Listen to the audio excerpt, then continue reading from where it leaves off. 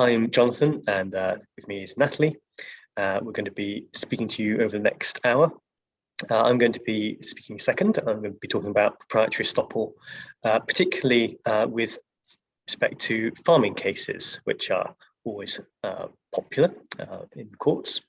And before that, Natalie's going to be talking to you about unlawful interference in land, including, I think, about a significant Court of Appeal case she herself was involved in. So I look forward to learning about that. I think that's probably enough by way of introduction. So I'll hand over to you, Natalie. Thank you very much, Jonathan. If anybody has any questions as we go along, please do use the Q&A box, and then I'll hopefully be able to have a look at those questions whilst Jonathan's speaking and come up with some answers for you. There should also be some time for questions at the end if anything occurs to you later on. And also I can just encroach on Jonathan's questions time if there's anything really burning. So, as Jonathan says, my talk this morning is about unlawful interference with land.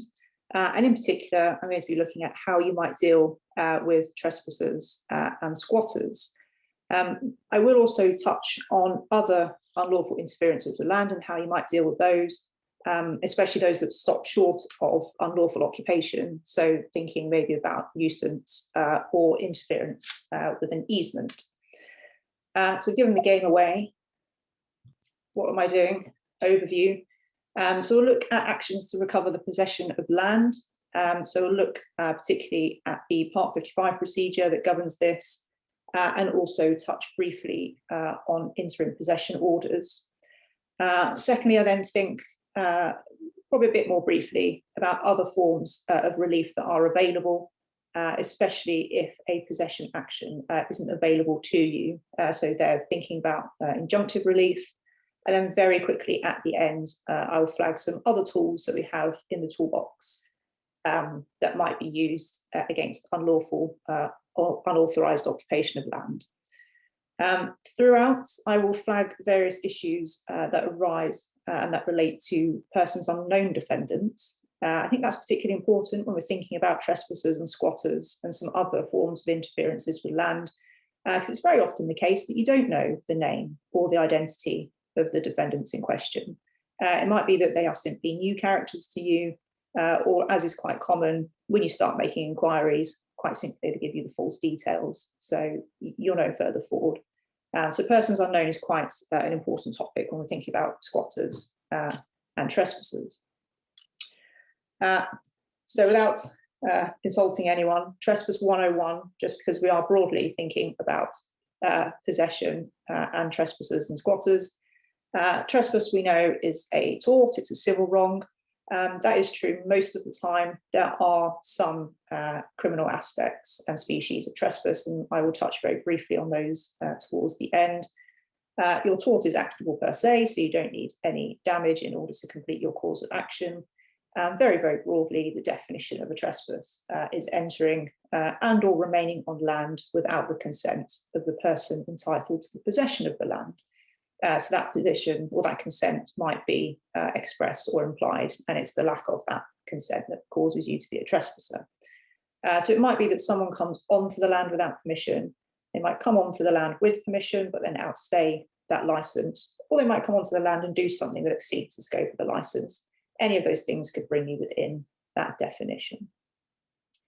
So you have a trespasser, and they are trespassing to the extent that they are in unlawful occupation of the land.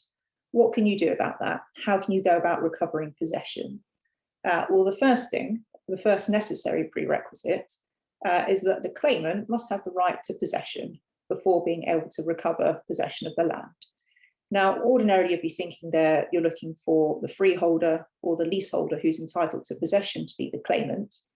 However, there is some case law that's a bit more liberal, perhaps, with the status of the claimant.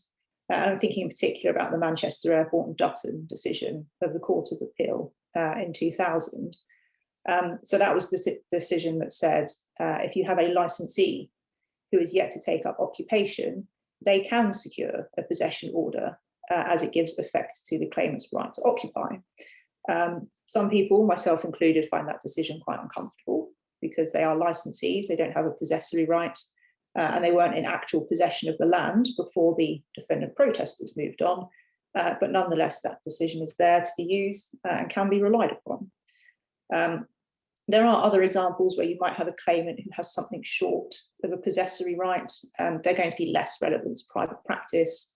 So thinking about cases like Mayor of London and Hall. So if you've got particular statutory rights of control over land, that might be sufficient to support your possession action. But if you as a claimant tick that necessary prerequisite, what next? You could just turn up and try and take physical recovery of the land. That is possible. You should be very cautious if you're going to do that though, not least because the Criminal Law Act 1977, Section 6, makes it a criminal offence to threaten or use violence to secure entry to a premises, premises also defined in the Act. And if there is someone at the premises who knows, there is someone at the premises who would much rather you're not trying to secure entry. So make sure you are falling the right side of the line of Section 6. Pretty much, if there is someone there who would much rather you weren't trying to secure entry, there's a very good chance you'll fall the wrong side of Section 6.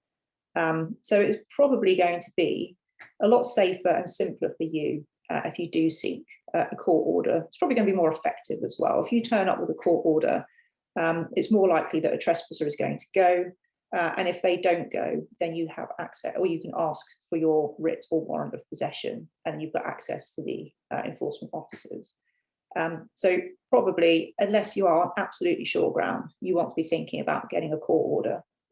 And the way that you do that is through the Part 55 procedure.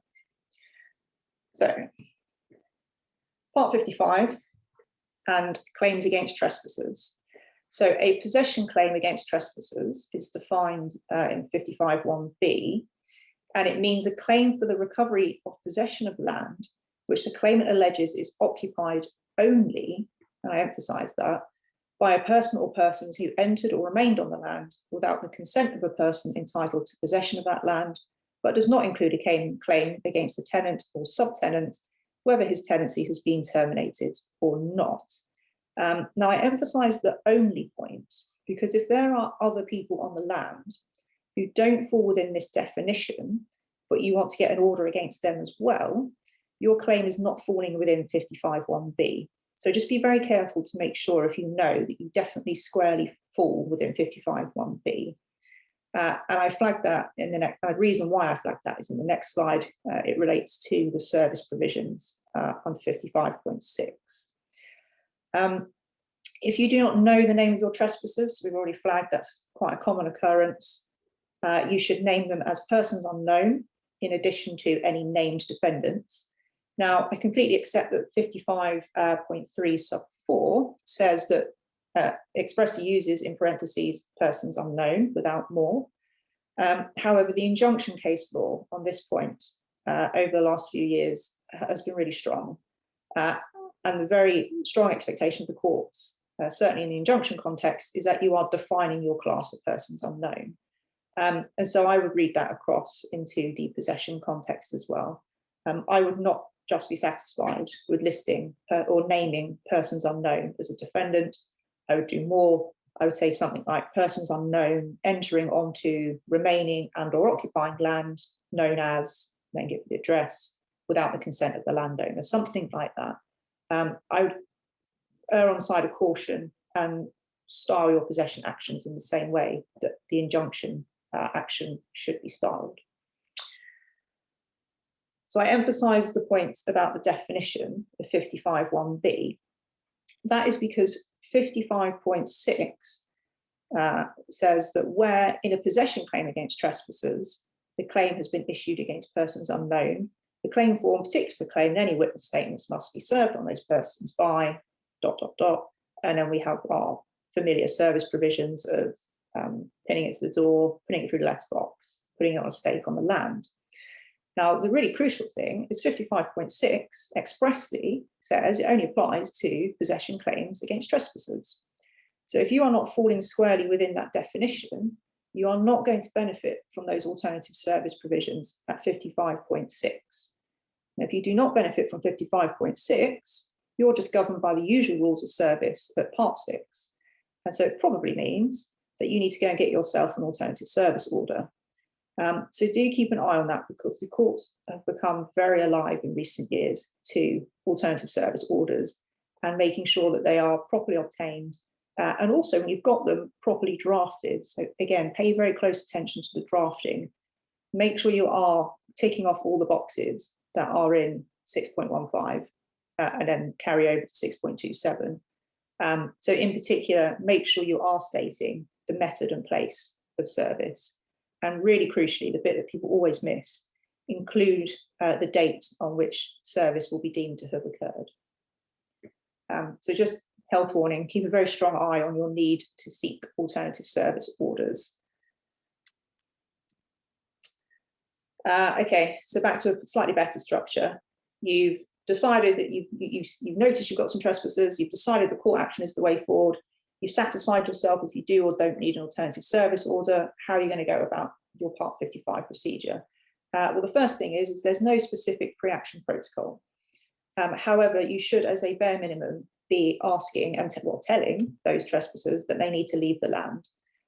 Ideally, you'll do that in writing, but if you don't have time, and you may not have time if you're moving very quickly, and especially if you're seeking an interim possession order, you must at least already tell the trespassers. Where are you going to issue? Are you going to the High Court or the County Court?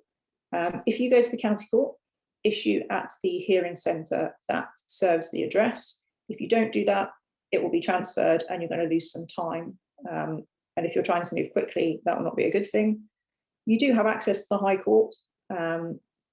If you are thinking about going to the High Court, you need to file a certificate with a claim form saying why you need to be in the High Court. You must verify that with a statement of truth. And if you look at Practice Direction 55A, paragraph 1.3, that sets out the circumstances in which you might be going to the High Court. So if you've got complicated disputes of fact, points of law of general public importance, and thirdly, if your claim is against trespassers and there is a serious risk of public disturbance or of serious harm to persons or property which properly require immediate attention. And so, for example, if you've got a particularly sensitive site, or if there's fly tipping involved, and especially if you've got fly tipping on a sensitive site, you'd be using an N5 claim form and an N121 particulars of claim, and don't get caught out when it comes to service on trespassers. The rules are slightly different. So your particulars have to be filed with the claim form, as does any witness statement that you will be relying on. So they all need to be filed and served at the same time. Service, again, timing of service, don't get caught out, slightly different to usual. So if it is residential property, not less than 5 days before the hearing. For all other property, not less than 2 days before the hearing when it's a trespasser claim. And remember that because we are 5 days or fewer, days means clear days under the CPR.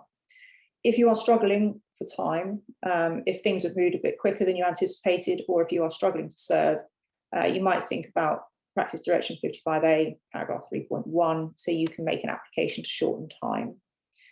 I will bang on about this a lot, but certificates of service, whenever you have to serve anything, make sure you are doing and obtaining and filing your certificates of service.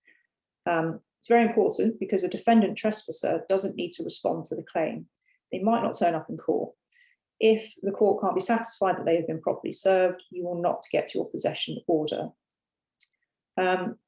Also, there's been a trend in recent years, I think, for the courts to be a little bit stricter and expect you to be using the standard forms, so the N215 for the certificate of service.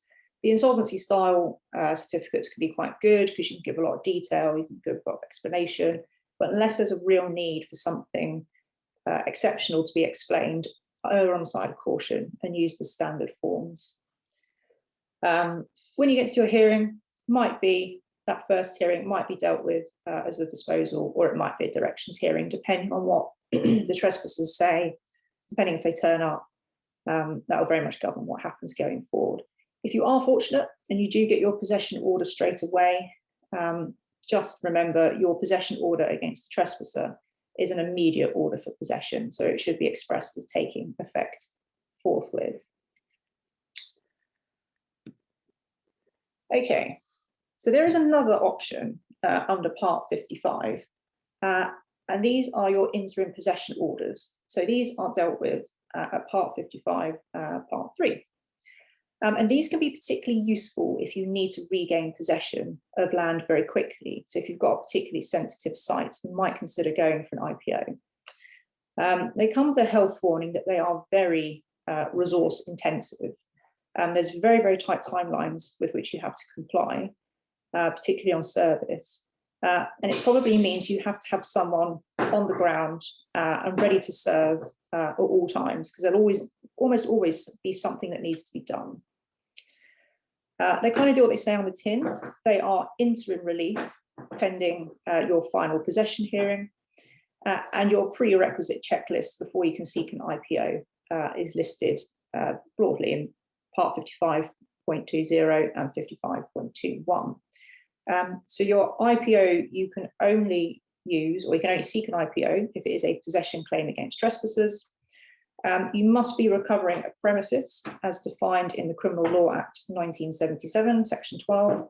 I won't read the definition out, but basically it can't be open land. It has to be a building, or it has to be land that's ancillary to a building.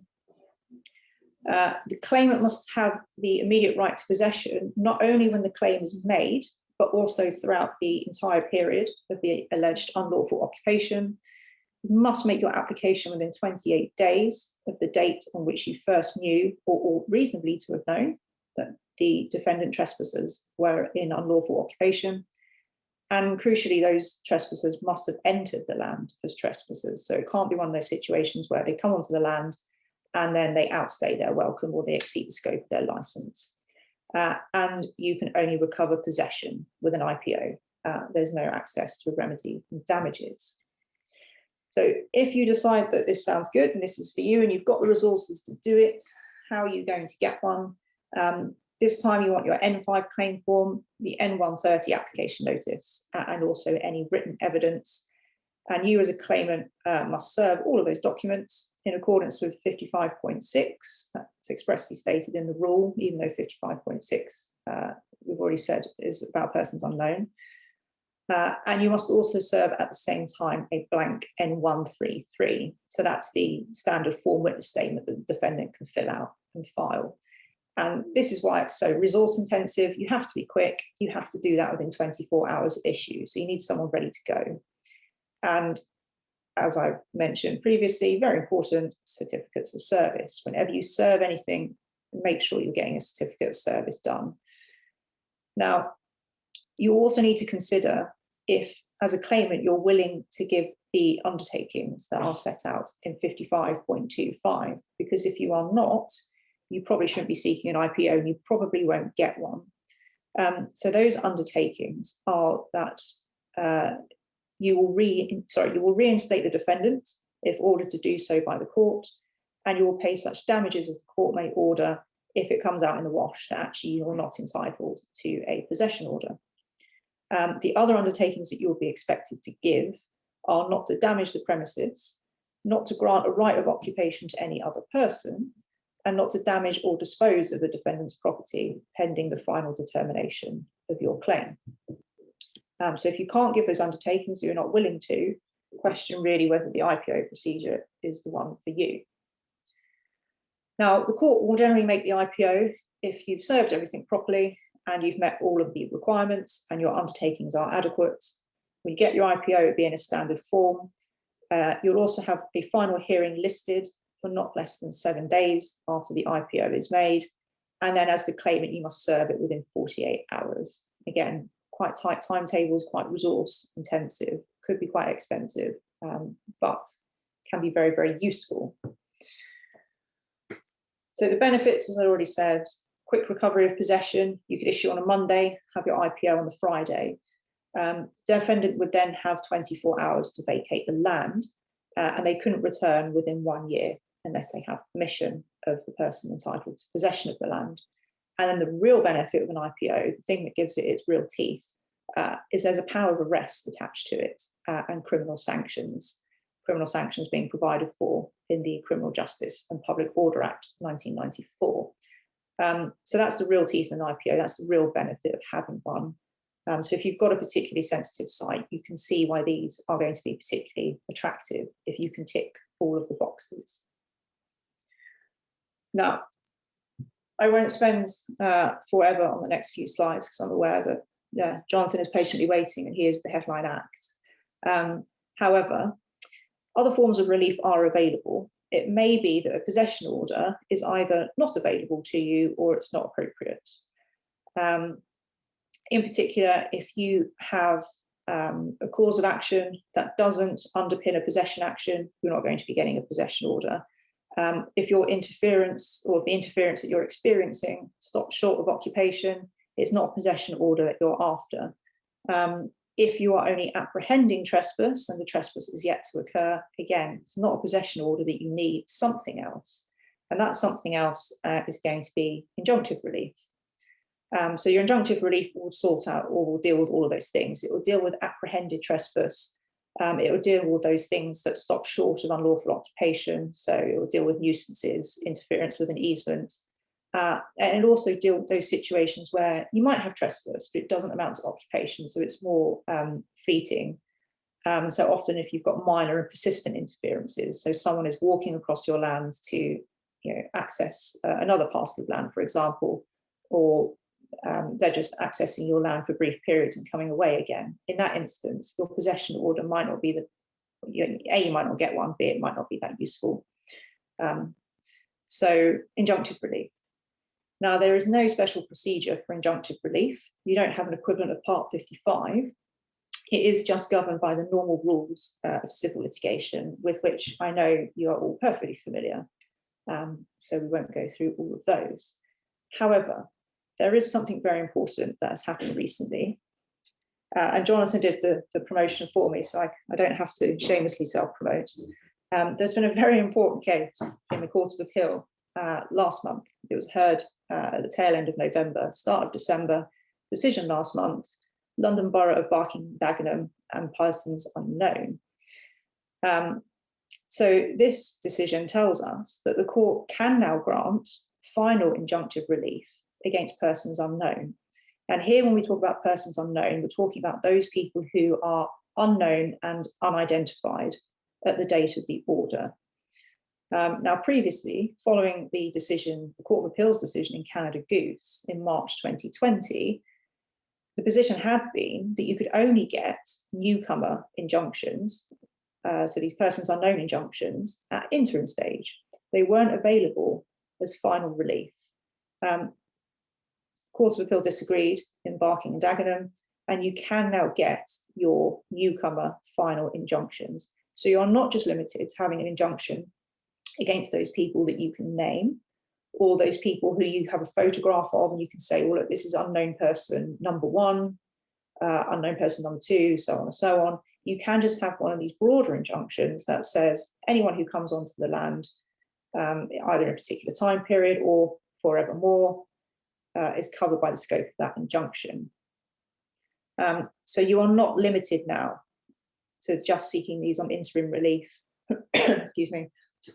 So it's a lot more claimant friendly. It's going to be a lot more useful to you.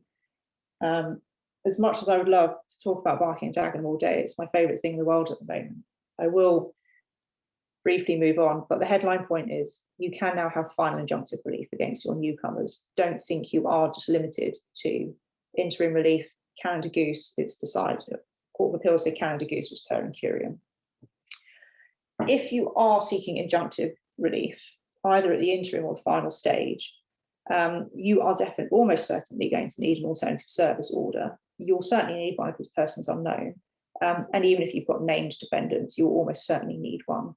I know I bang on about these, but these are very important to get right because, especially in the High Court in the QB at the moment, they are very alive to alternative service orders and getting them absolutely spot on.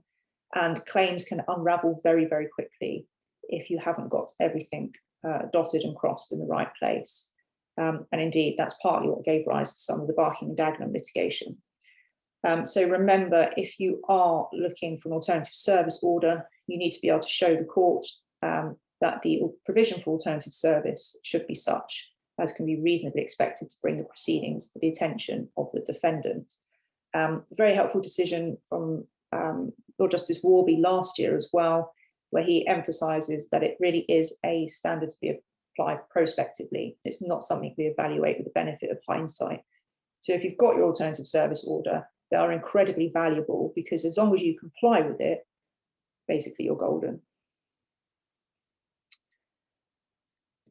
That then takes me to my final slide before I hand over to Jonathan. Other options that are in the locker, if for some reason you are struggling with a possession action or an injunction, there are aspects of criminal law to which you might appeal, and also sometimes the local authority might be of use. So remember that section 144 of LASPO makes it a criminal offence to squat in a residential building. There are some really useful provisions in the Criminal Justice and Public Order Act as well. So for example, the police under section 61 have the power to direct people to leave land if there are trespassers and they are there with the common purpose of residing on the land, and if there's been any damage to the property or to the land, or there's been threatening or abusive behaviour, or there are 6 or more vehicles on the land. So that can be very useful if you are a private landowner and you're suffering an unauthorised encampment, for example. Section 68, aggravated trespass, could be quite useful. Section 77 is the power of the local authority this time to direct people residing in vehicles to leave land, either highway or unoccupied land, or private occupied land if the landowner does not give consent to them being there. So you might get some assistance from the police, perhaps. You might get some assistance from the local authority if you are really struggling with your civil private law remedies. And then finally, police crime sentencing and courts bill, currently going through Parliament. That, as you may have read, has some provisions that criminalise some acts of trespass, and again, might be of use in the future. So that is my whistle-stop tour, how to deal with trespassers on land. Headline points: actions to recover possession against trespassers are governed by Part 55. The radical new change in the law: injunctive relief can be granted against newcomers on both an interim and final basis. And if you are really struggling, you might get some assistance from the police or the local authority, especially if your land is a particularly sensitive site. They may be willing to assist. And so, with that, I will hand us over to what we all actually came to see. Well, thank you very much, Natalie, for that excellent talk. Right, as I mentioned in the introduction, I'm going to be speaking about the principles of proprietary estoppel, but with a special focus on farming cases, which there are a considerable number of in recent years. And what I'm going to cover in this talk is an outline of the principles of proprietary estoppel, which are not just relevant to farming cases, they're relevant to all cases of claims of this kind. So if you've never come across a farming dispute in your life, hopefully there'll still be something here for you. I'm going to address some of the most important cases from a number of years ago, where I think they've got particularly important points to make. But I'm going to spend much of this talk focusing on lessons from the relatively recent cases from the last 4 years or so. So proprietary estoppel, what does it do? It's used in different ways. It's a common law or equitable principle that's been developed through the cases. And there's a debate about whether it's a single unified principle or whether there are different strands to it which work in different ways. The way the principles have developed, however, there's now a well-established, very well exemplified in the cases, line of authority in favour of proprietary estoppel as a way of positively asserting a claim to some land or other property, in fact, and a way of acquiring an interest that the person or the claimant does not already have. So you may recall from law school, there's a an old saying that estoppel is a shield and not a sword. This kind of proprietary estoppel is very much a sword because it allows a positive claim to be brought. The leading case on it, for now at any rate, is Thorner and Major, which is the most recent House of Lords decision on the subject. Although, as I'll come on to later, proprietary estoppel is under consideration at the moment by the Supreme Court. And what that case set out and confirmed was that there are basically three elements. First is that it's got to be a representation or assurance or a promise, something like that, to the claimant relating to identified property. Identified property is, however, construed rather widely, as we'll see, in fact. It's often said that the representation has to be sufficiently clear, which is obviously right, but it's a somewhat elastic concept. In fact, in some of the cases, the representations and assurances are not obviously all that clear. So what is sufficiently clear is quite a debatable question. The second element has to be reliance on the representation of assurance by the claimant. So this isn't a way like a contract of making representation of assurance simply binding. It has to be relied on as well. And the third point is that the reliance has to be detrimental, and the detriment has to flow from reasonably placed reliance. Of course, if one relies on an assurance unreasonably, the court's not likely to be very sympathetic.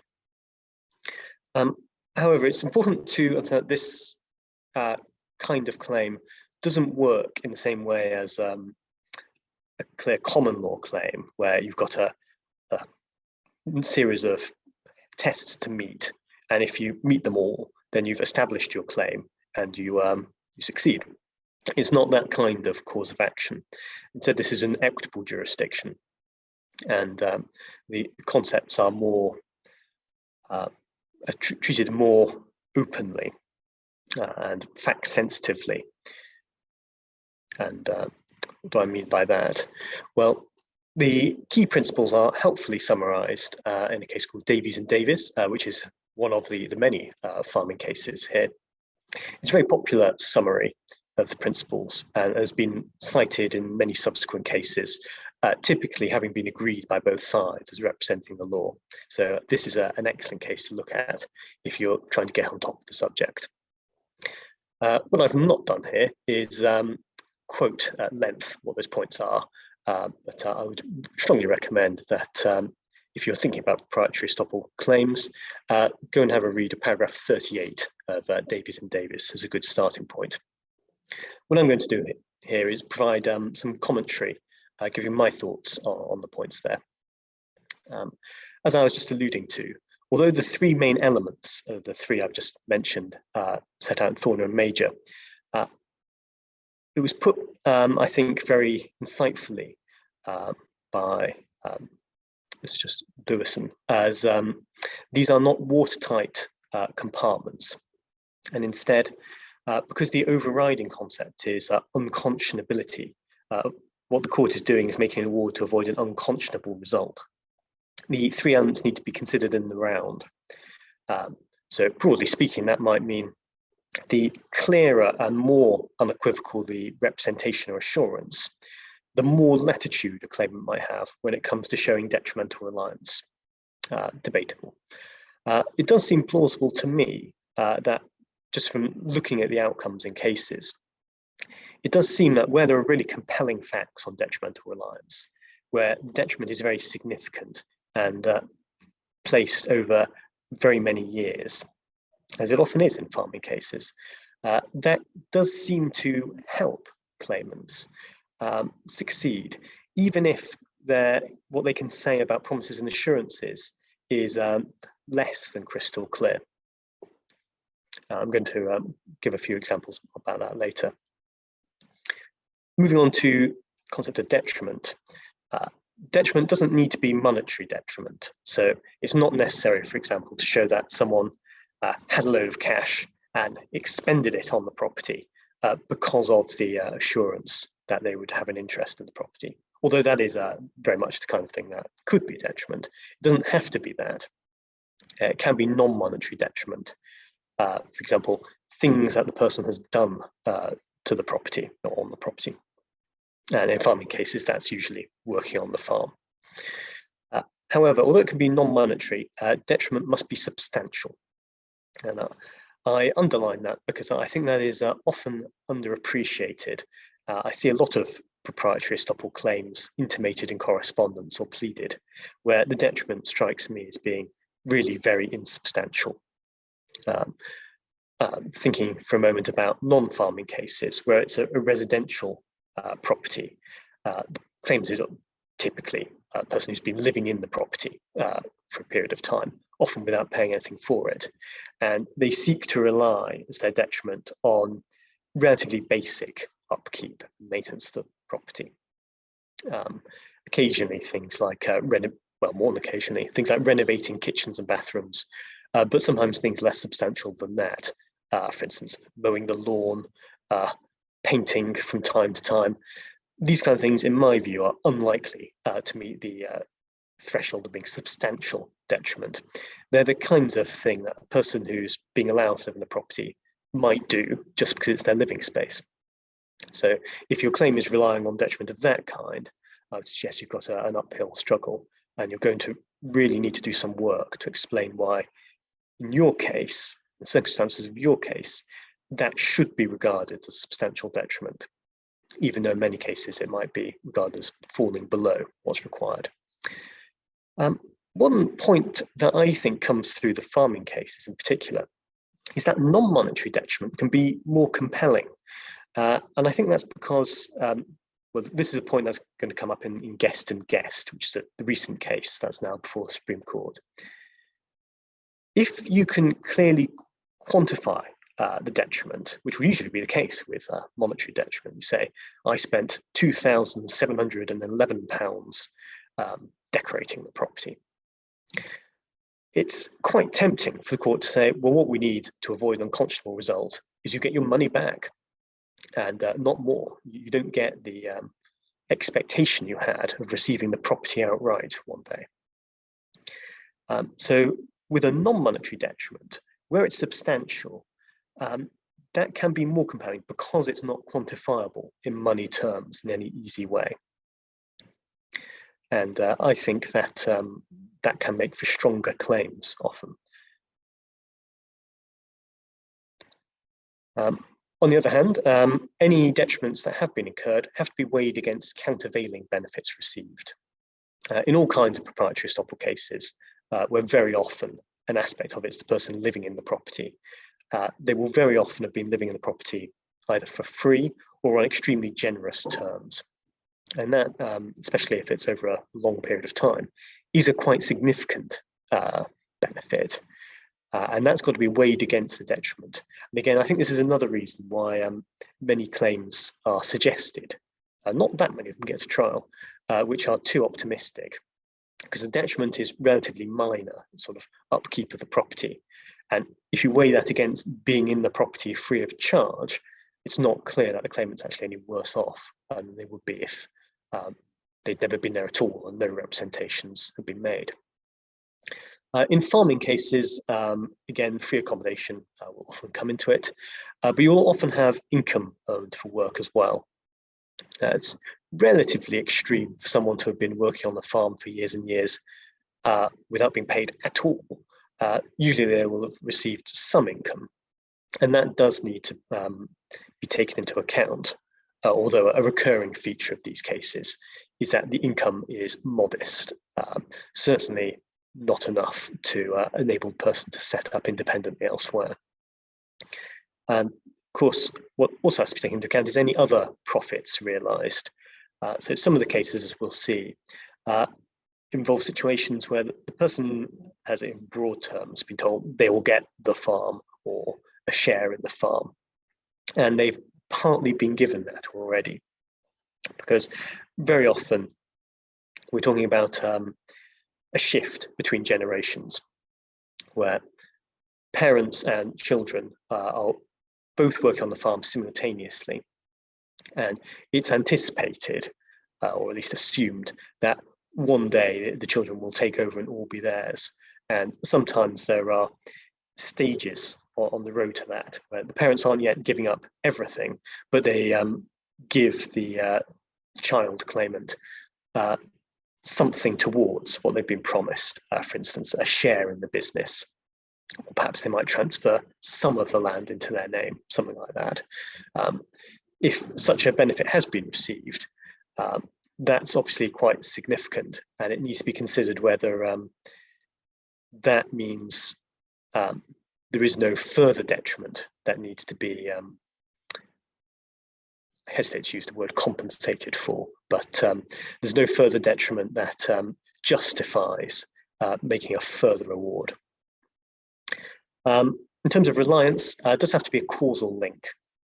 To rely on something, the detriment can't be something you were going to do anyway. And again, that's a problem for a number of cases. It has to be, certainly the representation assurance has to be at least a serious contributing factor to what you did. I would caveat that slightly by saying, often with cases where the facts are all-consuming, the parties' entire lives are wrapped up in the facts of the case, there will be different considerations in play. It seems to me a person might work on the family farm partly out of a wish just to lend a hand, and partly because they've been assured that if they do so, they will one day inherit the farm. So I wouldn't think that it has to be shown as the sole causal link, but there does have to be some kind of causal link. And it's a mistake to see at some point you were told you would get something, and then unconnectedly you've suffered some hardship, and say, well, there's my assurance and there's my detriment, so I must have a good claim. This isn't a way of just rewarding people who happen to have been promised something and happened also to have suffered in some way. An important point is when these claims are all weighed up, and the exercise for the court is a retrospective one.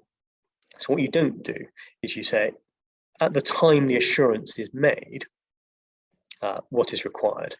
Because the starting point usually will be that if it's not a contractual assurance, then it's not binding. The person who gave the assurance is free to revoke it. And instead, what makes the proprietary estoppel claim is the detrimental reliance afterwards. So that naturally lends itself to asking the petitioners after the detrimental reliance has happened, when the assurance or promise is supposed to come good, is it now unconscionable to resile from it, bearing in mind all the detrimental reliance? It has also to be borne in mind that sometimes that, for example, that the promise might be you will inherit the farm, but you don't get to the point where the promise is due to be performed because the parties fall out earlier, and the people who are supposed to be handing down the farm change their mind and say, actually, we're not going to pass it down to you, we're going to do something else with it. And so what you're really looking for is when there's a break from what has the assurances continue or remain in effect for a period of time, you're really looking at when that ceases to be the case, when the assurances are being gone back on. At that point, should the person who gave the assurances be prevented from going back on them, or to what extent? What this means is that the merits of the claim can fluctuate over the time, because you've got to take into account both all the detrimental reliance and all the countervailing benefits. And because this is an overarching equitable jurisdiction, there might be other important changes in circumstances as well.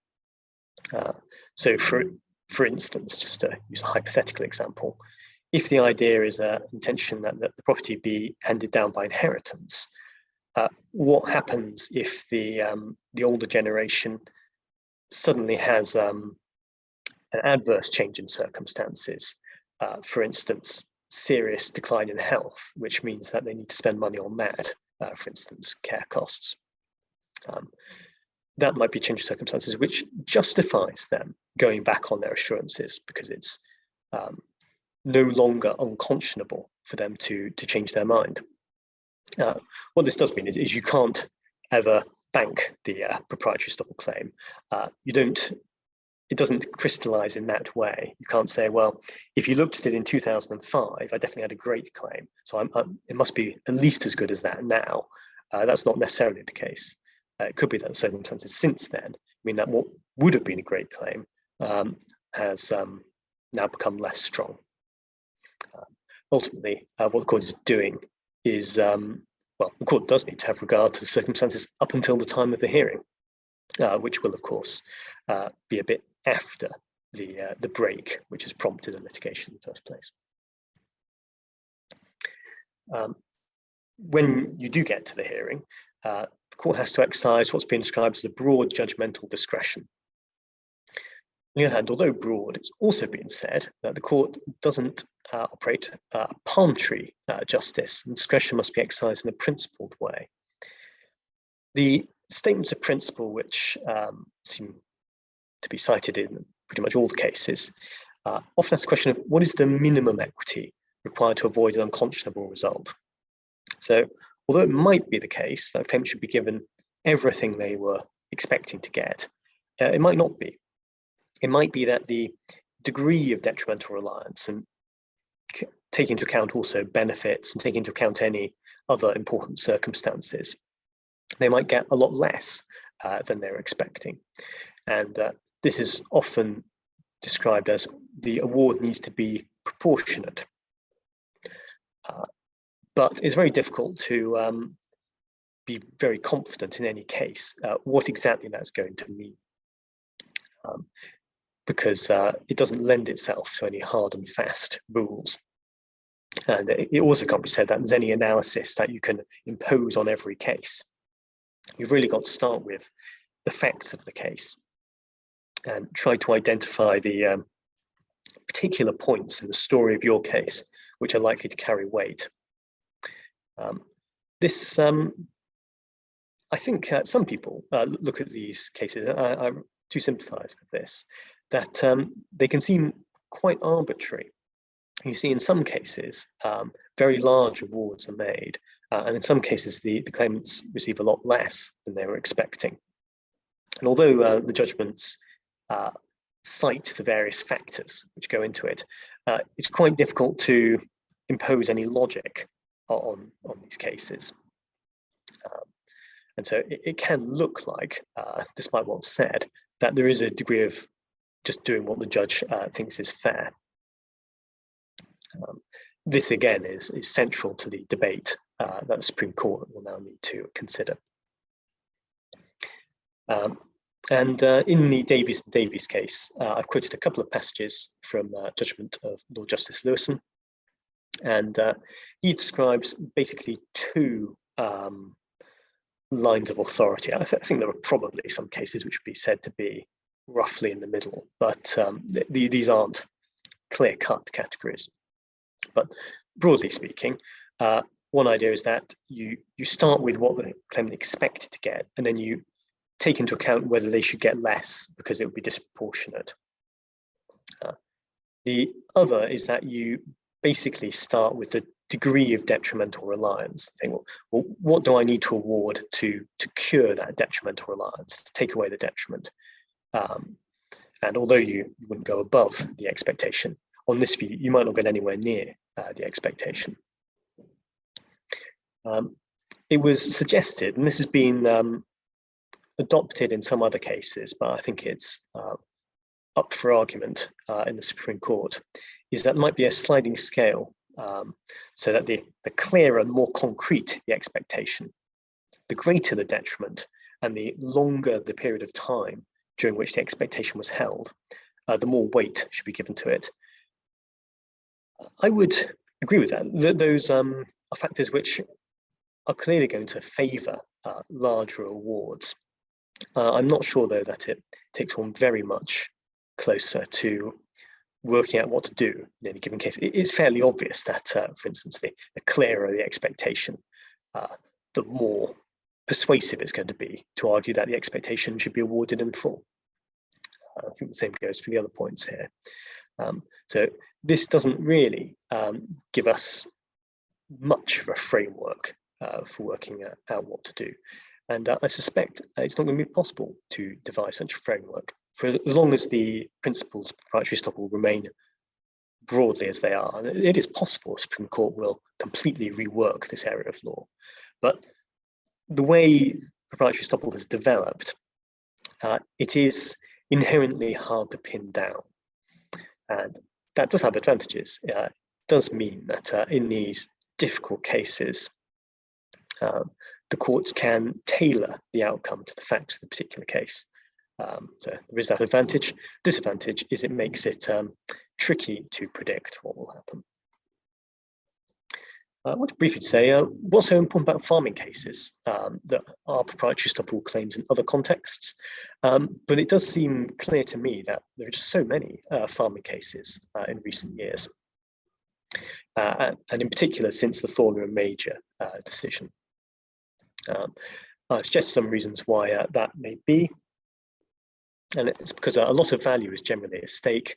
They're often family enterprises, so a lot of informal dealings, the sort of situation where the court might well allow the claim to succeed. And much is not reduced to clear binding agreements because of the family context.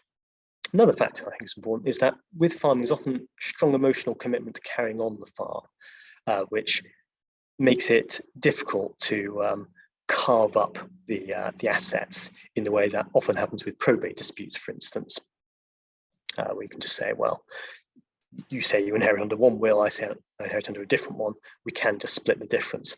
Difficult to do that with retaining a farm. I think I'm doing very poorly for time, but I think I will just power ahead and overrun, and those who are interested can stay. So Thorner and Major itself, this is the leading case at the moment. Two particularly important points. First, a sort of relaxed approach to the property needing to be identified. What actually the farm entailed varied over time because bits of land were acquired or sold, for instance. It seems to be that in general the court takes a flexible view of this, and that the idea of the farm is usually clear enough and can encompass the farm as it happens to be at the end. Another particularly important factor is the claim was successful despite a real lack of clear express assurances. The representations relied on tended to be sort of statements about the future. A lot of it was about information that was given to the claimant by the deceased party, which was the reason for giving it was so that the claimant would know how to run the farm after the older party died. And so in the unusual circumstances of this case, that was held to be sufficiently clear. But reading the judgment, it's very notable how favourably the claimant impressed the court. He was described as painfully honest. So although he was describing the representations in this limited, oblique way, rather than clear-cut promises, that did, it was found, mean that he was to be regarded as very honest. And so that was extremely important, of course, because if evidence was therefore relied upon by the court, you're always in with at least a fighting chance. A much bigger problem is where claimants overpitch it and they exaggerate or reimagine what they've been told in more clear-cut terms and are then not believed. Also, an important factor was the circumstances and personalities of the particular case. It was held that these particular individuals were not given to flowing communication, that they often didn't speak very much to each other at all, despite working very long hours together.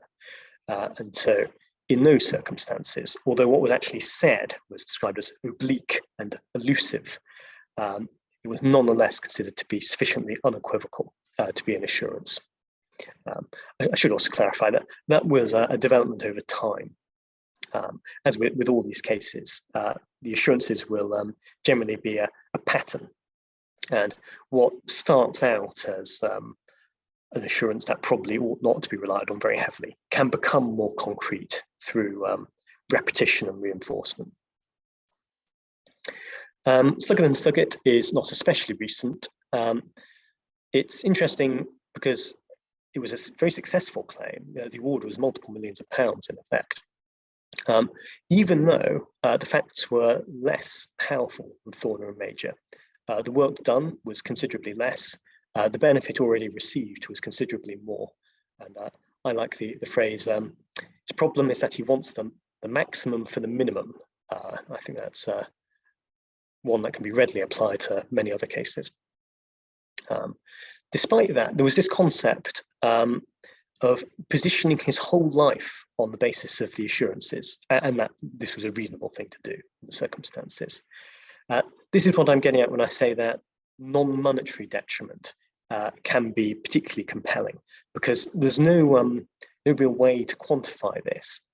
If someone has spent their entire life working on the farm because the seeds were planted during childhood, then it's not really possible to do detrimental reliance and say, well, if not for the assurances, I would have done this other thing, and so I'd have been better off.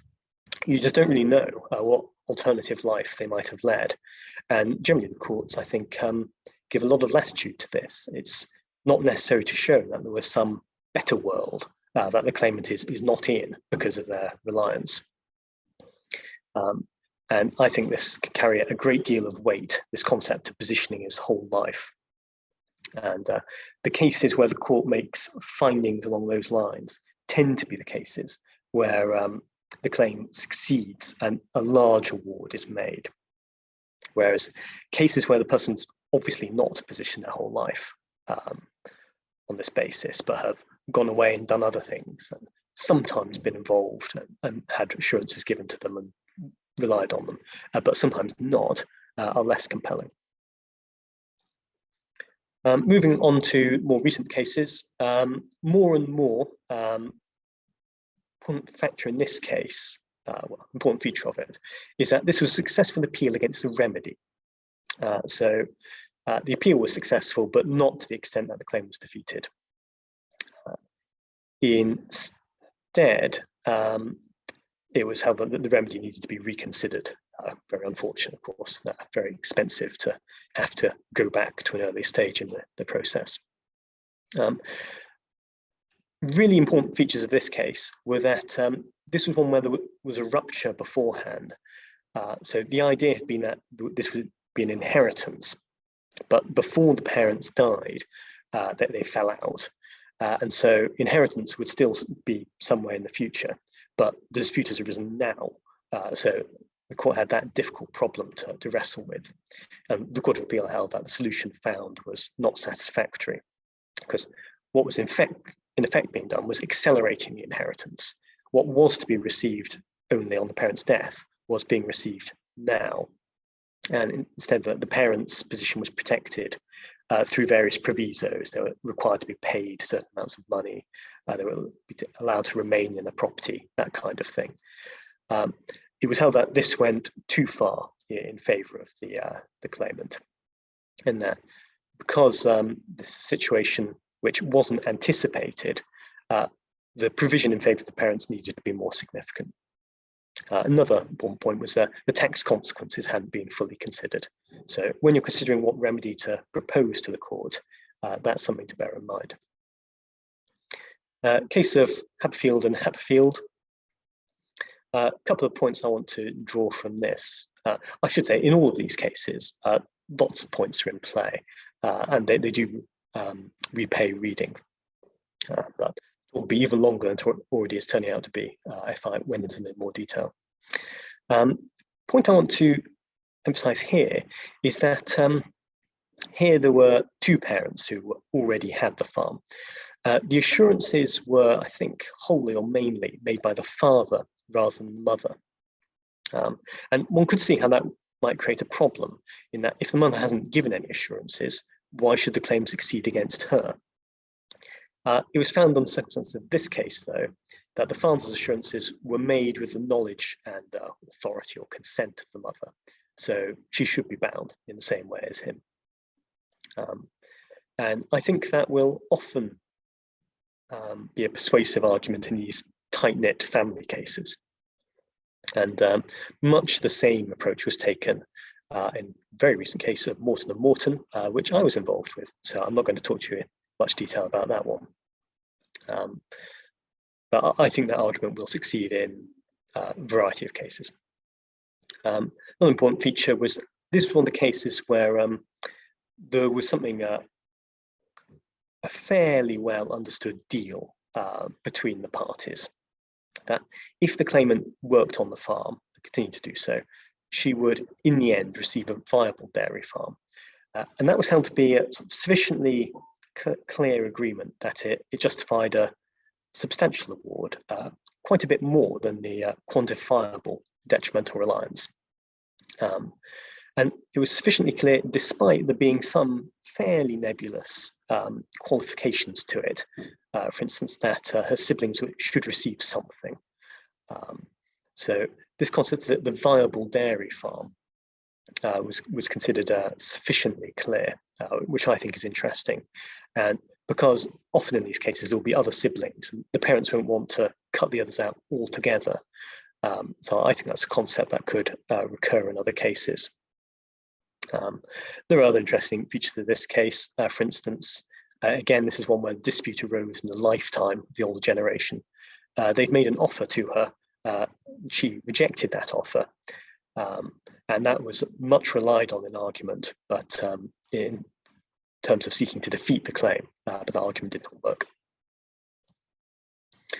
Another point, again, referring to the case I was in, interesting points can arise where an agreement has been formalized after most of the assurances and detrimental reliance. And in both of these cases, Horsford and Morton, partnership deeds were entered into. And in one case, that killed off the claim, and in Morton, whereas for the party advancing the claim, it did not. The claim, the proprietary estoppel claim, was successful. But there are important differences between them. So in Horsford, the deed expressly overrode any earlier agreements. Not very surprisingly, in my view, that killed off the claim.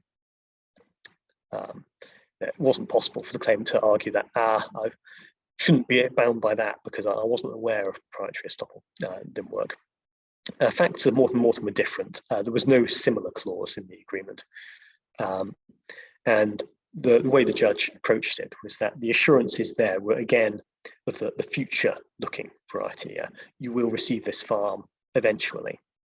And although the partnership deed talked about what the parties' rights as partners were, that was fine, but that was consistent with the mother's interest in the farming partnership being passed down by will. And so the existence of the partnership deed was not a barrier to the claim. The claim did succeed. I wanted very briefly to touch on the very recent case, because last week and whereabouts, of Dawson and Dawson, in which colleague Lauren Creamer was involved for the successful defendants. Slightly unusually, there were 3 claimants in this one, and they were seeking to assert entitlement in respect of a particular field, but this was not a positioning one's whole life case. In fact, it had relatively little to do with the farm beyond young adulthood. Lessons to be learned from this case are what not to do.